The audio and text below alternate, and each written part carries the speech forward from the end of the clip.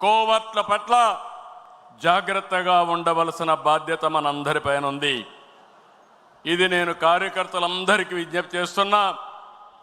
ఈరోజు ఎక్కడికక్కడ మనం అందరం కూడా ఆలోచించుకుని రాబోయే రోజుల్లో ఇంకా పగడ్బందీగా కార్యక్రమాలు చేపడతామని మీకు తెలియజేస్తూ, అదే సమయంలో ఎన్టీఆర్ మెమోరియల్ ట్రస్ట్ ద్వారా న్యూట్రిఫుల్ యాప్ పెట్టాం, బ్లడ్ డొనేషన్ క్యాంపులు పెట్టాం. ఇవి కూడా మీరు సద్వినియోగం చేసుకోండి. అదే మాదిరిగా ఈరోజు 5 లక్షల రూపాయలు ఇన్సూరెన్స్ ఇస్తున్నాం.